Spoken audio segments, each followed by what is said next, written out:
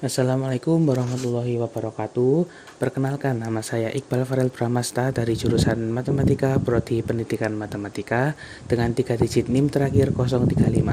Di sini saya akan menjelaskan tentang sejarah bahasa Indonesia dan keunggulannya dalam dalam sudut pandang generasi kalian dan prospek bahasa Indonesia di masa mendatang. Yang pertama yaitu sejarah bahasa Indonesia. Sejarah bahasa Indonesia bisa dibilang dimulai pada saat bahasa Indonesia itu muncul sendiri, yaitu pada tanggal 28 Oktober tahun 1928 pada saat momen Sumpah Pemuda.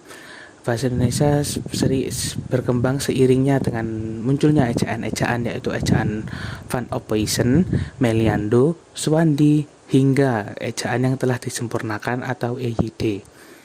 Contoh sederhana sejarah bahasa Indonesia pada dahulu kala yaitu bahasa Indonesia yang telah dikenal oleh halayak umum sebagai bahasa Melayu yang merupakan bahasa perhubungan Nusantara. Pada saat itu di Nusantara bahasa Melayu ada terlebih dahulu.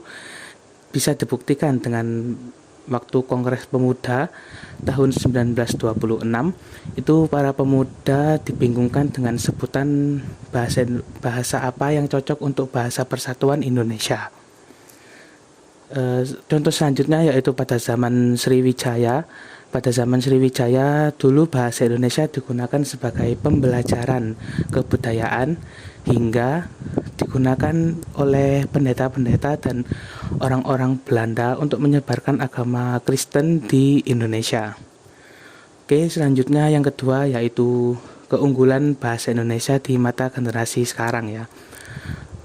Keunggulan bahasa Indonesia antara lain yaitu satu sebagai bahasa negara, dua yaitu bahasa Indonesia telah dikembangkan menjadi bahasa ilmu dan teknologi, yang ketiga bahasa Indonesia telah disiapkan menjadi bahasa internasional, yang keempat penutur bahasa Indonesia atau penggunanya berjumlah kurang lebih 269 juta penutur.